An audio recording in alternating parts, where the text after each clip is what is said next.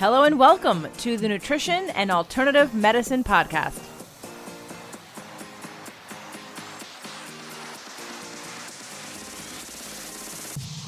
I'm JJ Flazanes, your host. Welcome to the show.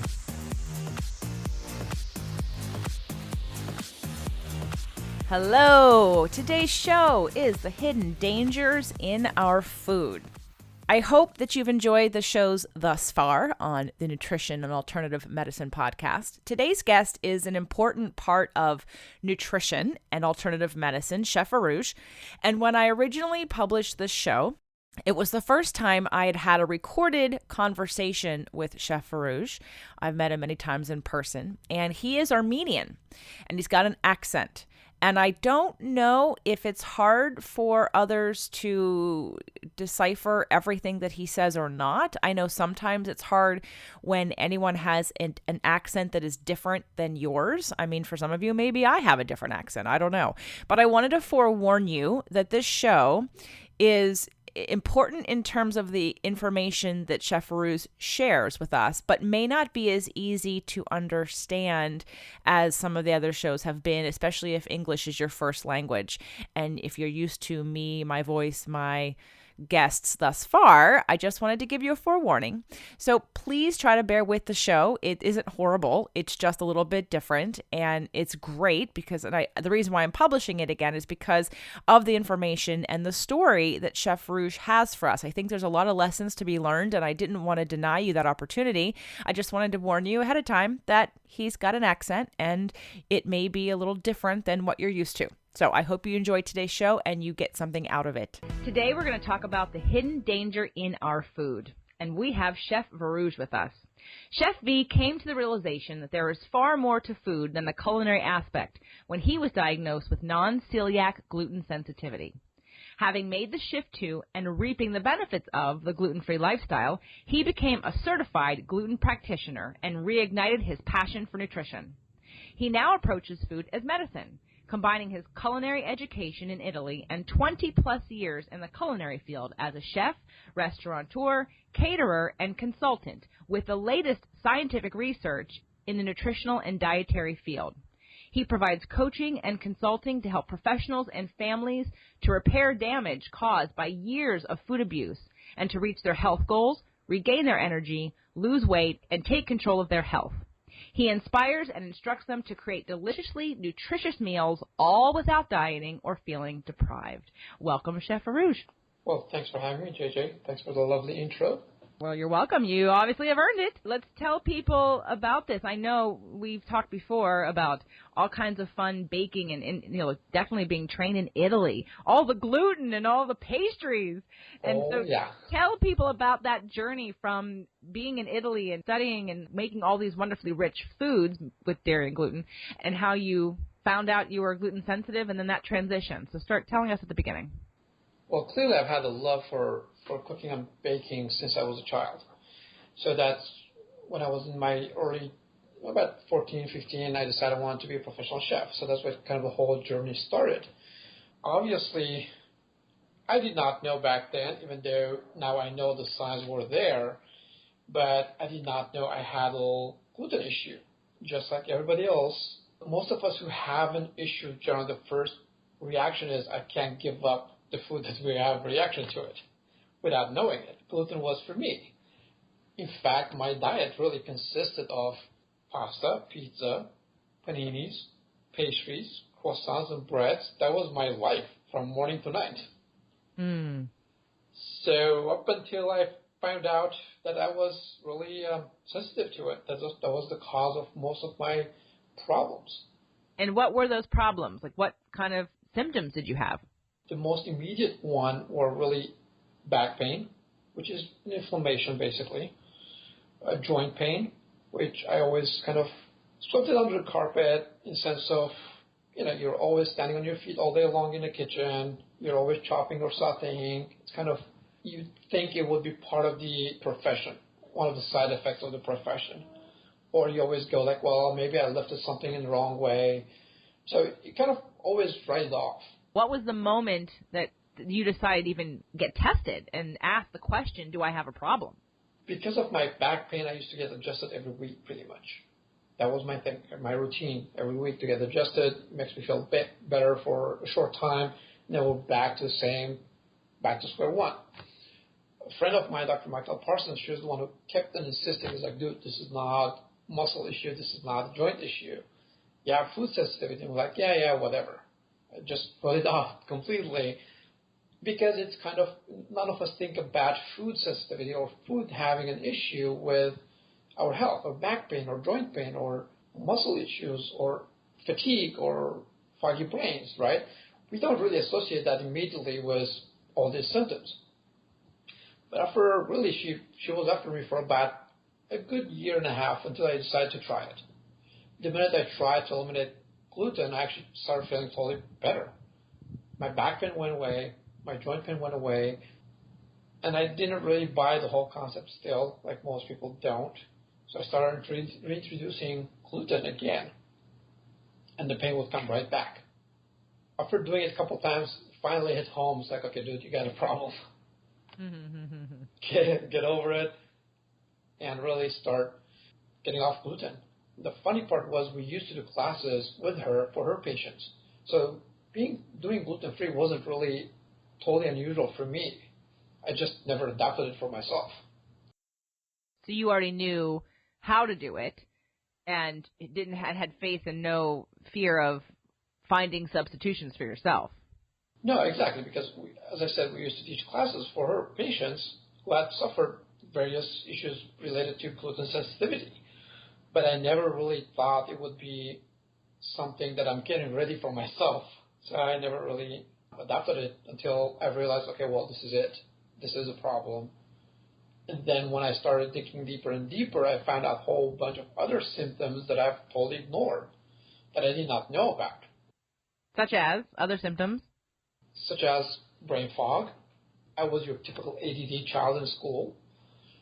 When I grew up back home, we didn't have, there's punishment is not just standing in the corner, let's just put it that way. So I was always in trouble every single day at school. 5 minutes within class, I'm somewhere else.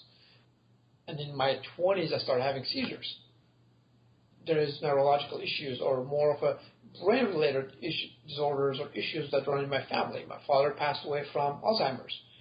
I have relatives that have strokes, seizures, cancer, so you name it. So once I started learning more about it, when I started studying to become a certified gluten practitioner, I started connecting all the dots. Miscarriages in the family, obesity, high cholesterol, high blood pressure. So you could start connecting the dots. And the more I got into it, the more I realized, oh no, there's a bigger issue in here than just some food sensitivity or old back pain. Right. So that's where it started. And so where are you today with your health and all these issues? I'm doing great, much better. I still feel it now. Like if I have a little bit of contamination, I start feeling it right away. If I eat a little piece of bread or something, I'll be brain fogged within 24 hours. It takes time, unfortunately. Like you can't repair something overnight when you've done so much damage over so many years. So it's a process. And did you have resistance to the process? I mean, was it just that you just didn't think about that those symptoms would be an issue and would be food, or did you just really be in, like you said in the beginning of the show, kind of in denial, like, oh, I don't want to give up stuff? I think it was a combination of both. There's also the professional part of it. When I was diagnosed, I actually had a bakery. So my diet consisted of a croissant or a loaf of bread, a baguette, a sandwich, pizza, focaccia.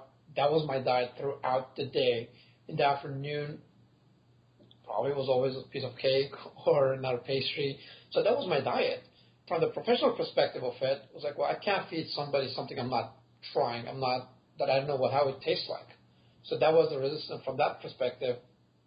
And also, like I said, we don't think about food could be having so much effect on our system, even on a cellular level. I mean, I was trained to use gluten. Gluten was my best friend. We worked throughout the day just to increase gluten, basically, when you're doing a bread or pastry or anything, right? Yeah. So that was it. And now it went from being your best friend to your worst enemy. Absolutely. So today's show, The Hidden Danger in Our Food, we're not actually talking about gluten today, and you know I'm also gluten-free and have been for 6 years. But what are some of the other, what do you think is the other biggest hidden danger in our food? Well, there's several of them. Obviously, sugar being one of them.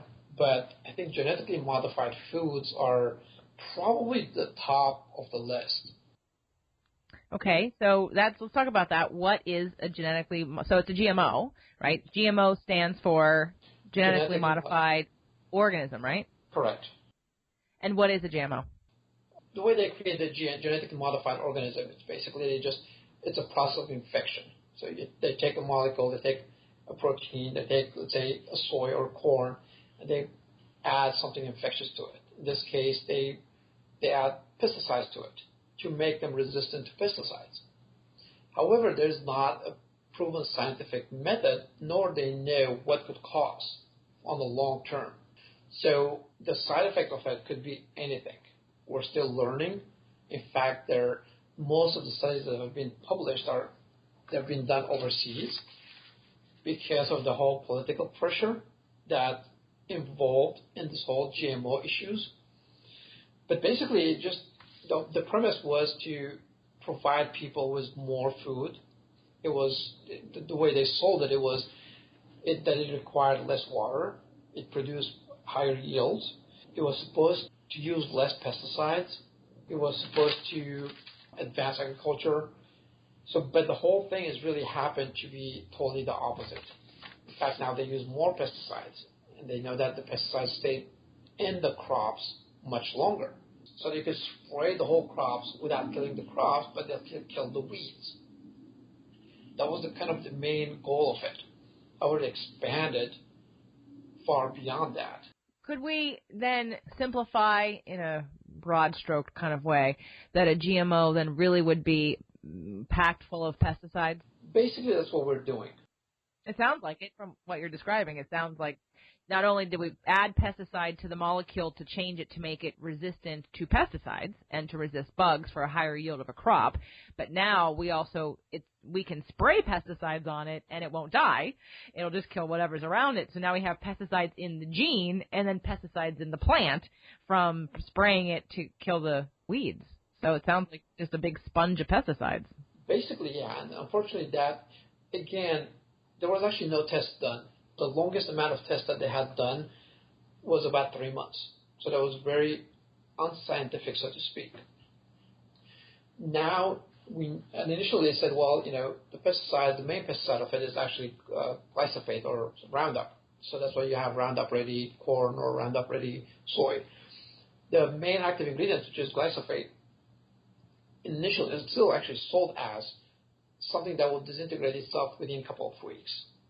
But that's not true. It actually stays in the system. It made its way to the food chain. And there was a recent study published that 3 out of 10 women that were breastfeeding had glyphosate in their breast milk. Ugh. So that tells you how far it's gone. And unfortunately, like I said, we don't have all the studies to confirm everything, but there's little bits and pieces that are coming out. And the longest study that has been done, it was actually in France by Professor Saralini that conducted it for 2 years long. So there's a whole area of side effects, from cancer to tumors to intestinal issues.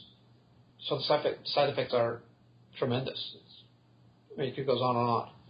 Right. Well, and I think one of the claims or ways we know that, in fact, GMO is an issue for those who don't believe, because I know there are people out there that think the gluten-free industry is hype and that it's just a bunch of marketing and crap, and the same thing with GMOs, and surprised that the bill didn't get passed. I'm very unpolitical. I don't really do politics, but the one thing I did care about, obviously, and I did my part in educating all kinds of people if the ones that were going to vote to label GMOs, is because of our rise of deaths. I mean, whoever 20 years ago died of eating a peanut?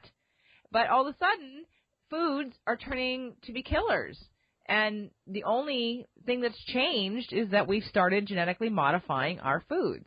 So if you don't believe that the GMO makes a difference, look around at some of these new problems that we're having, ADHD and ADD, and people dying of shock from eating a food that never happened before. And I know there are published studies about that too. So definitely GMO crops and this whole idea. And thank you for telling the history about how it started and what the intent was. It was a good intention. The intention was to feed more people in the world and to yield a higher crop from not having it be affected by droughts and by over rain and by bugs and animals, and being able to just resist so that it would persevere and we could make more money and feed more people and expand. But the result we missed the boat, I think, when you don't take logic into consideration and think, I don't know, let's see, pesticides kill bugs, and if I'm going to put it in my food, what kind of effect does it have on me? I mean, in essence, it's poison, but I don't,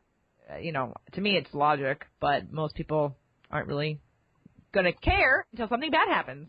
Absolutely. It was a great marketing plan. It was a great business plan for the chemical companies. Ultimately, that's what it boiled down to. So there was no, like you mentioned about the intention of higher yields or feeding the world.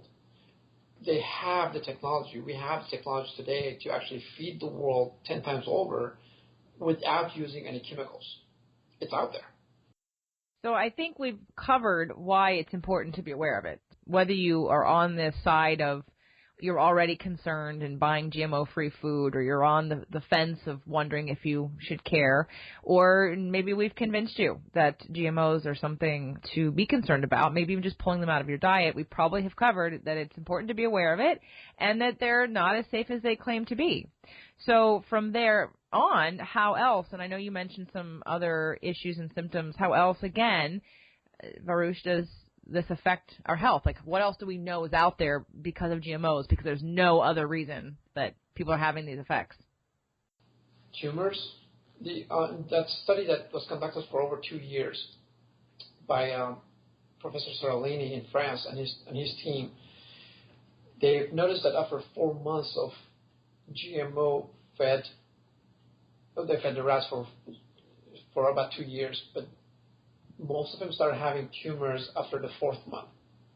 Females started having more of breast tumors. Males started having more testicular issues. The offsprings suffered from infertility. Their actual size were much smaller. Some of them, they had mutations.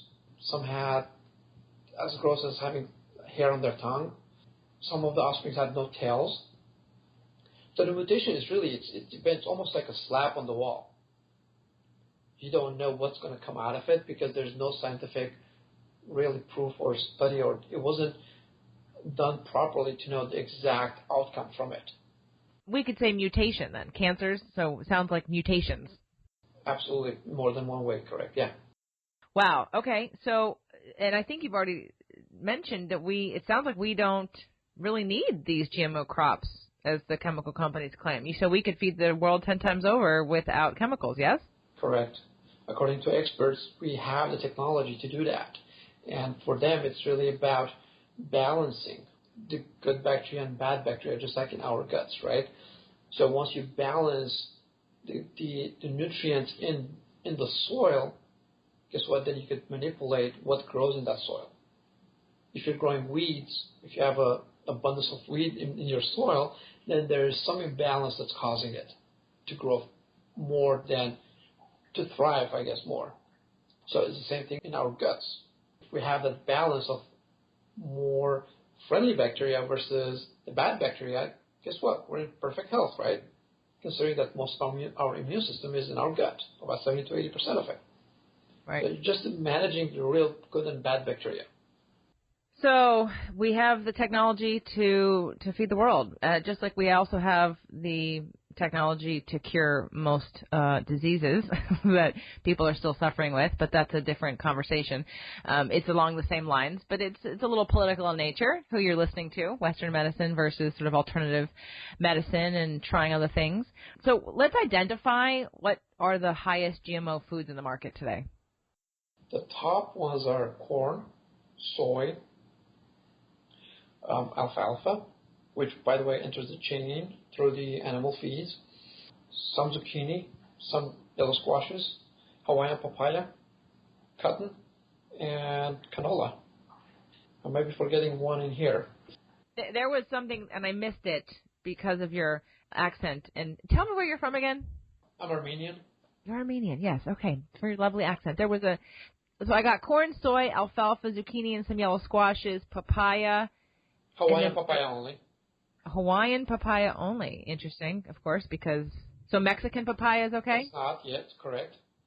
Oh, most of the beets, which I forgot to add. I knew there was a couple missing. Most of the beets, the sugar beet. And then there was something before canola. What was it? Cottonseed. Cottonseed. Okay. Cottonseed. That was why. I thought you said cotton, and I was thinking, I don't eat cotton, but okay. Yeah, well, we use them for oil, right? Right, but, right. And interesting enough about cotton, the highest suicide rate in Indian farmers are those who are producing or have produced GMO cotton. Wow. And why do we think that that's like that? Because it got so expensive they couldn't get out of it, and there's a whole bunch of diseases. They're having a lot of skin issues. The farms worker in the GMO cotton fields. So that's another one. But the reason of the suicide is really the farmers are not really being able to live with the burden. It got very expensive for them because, again, it's a monopoly.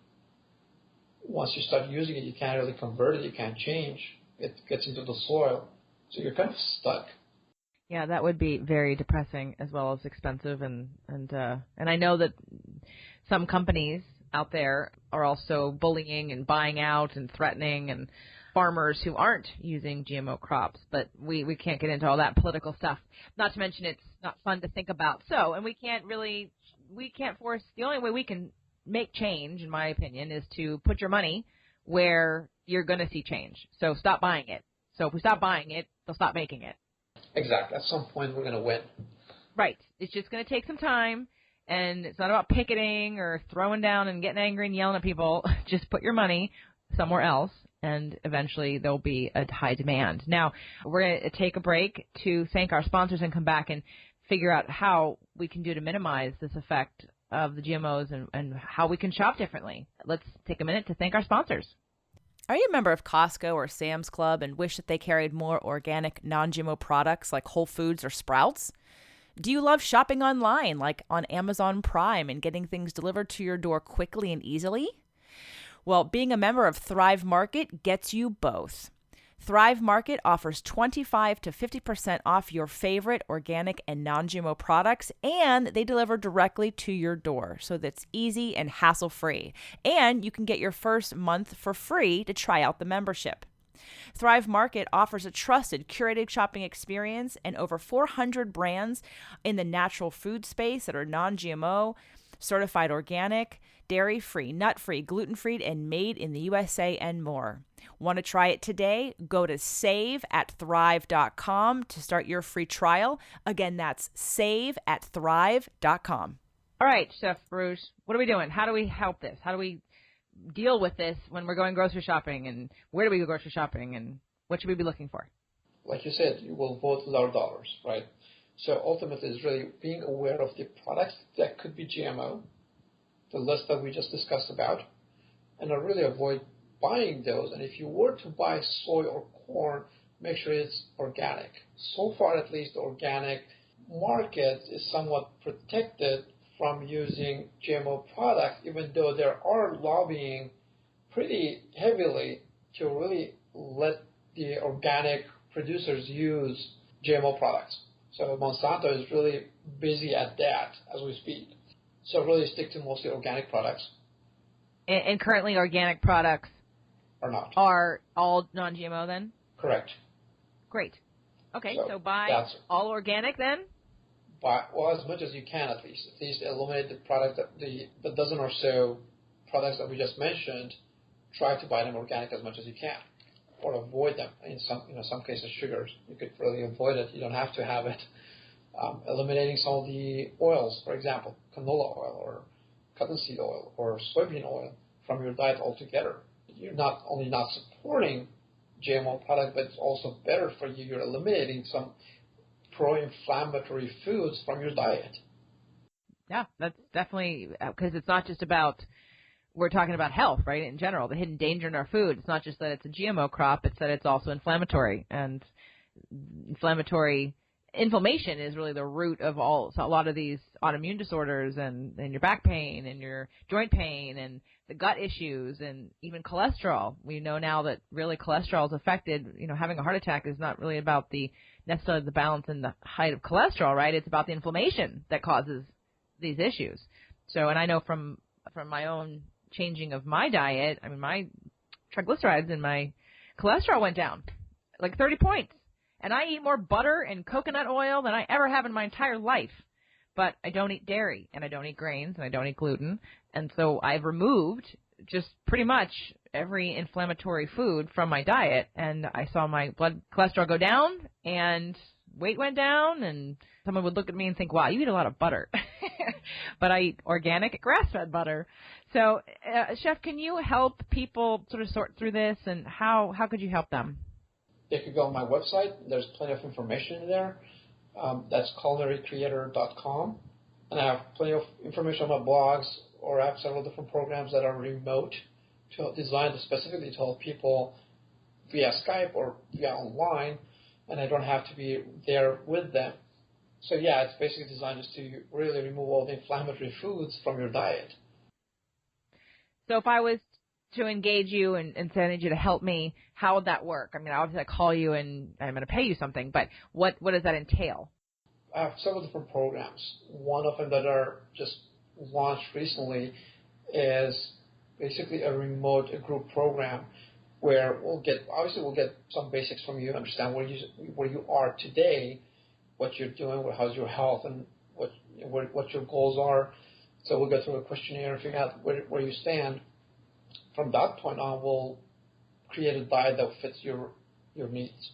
So again, depends if you're trying to lose a few pounds, or you just want to get healthy, or you're trying to lose several pounds. So we're talking about more than 20 or 30 or 40 pounds. So obviously, the program will be different for each. So, and there's all of those available out there. So it's clearly the cost will vary based on the program, but they're all designed to help you create a new lifestyle. It's not really just about dieting or just changing a couple things. You really are creating a new lifestyle. Right. So an investment in that is a good idea, since someone who's walked this path before can help you get through some of those hurdles a lot faster and a lot more comfortably. So that's culinarycreator.com? .com. Okay, and all these links will be on fittolove.tv, so feel free to check the site, and all the information about Chef Arouge will be there, and the links to his website and his blog and his contact information. But for those that are listening right now that really want to take advantage of this right now, Chef, give us your phone number. It's 559, area code 213-6121. 559-213-6121. Excellent. Thank you so much. It's been a pleasure to talk with you today, and I've learned definitely a few things about genetically modified organisms that I didn't know before as well, and I'm going to go make sure none of these things are in my cupboard. So thank you so much for being with us, and again, if you're interested in working with Chef Arouge, please reach out to him, and thanks for listening. Thanks for having me, JJ. You're welcome. It's a pleasure. Thank you again for downloading Nutrition and Alternative Medicine. If you want more shows right now, come on over to fit2love.tv and check out our Wellness Wednesdays.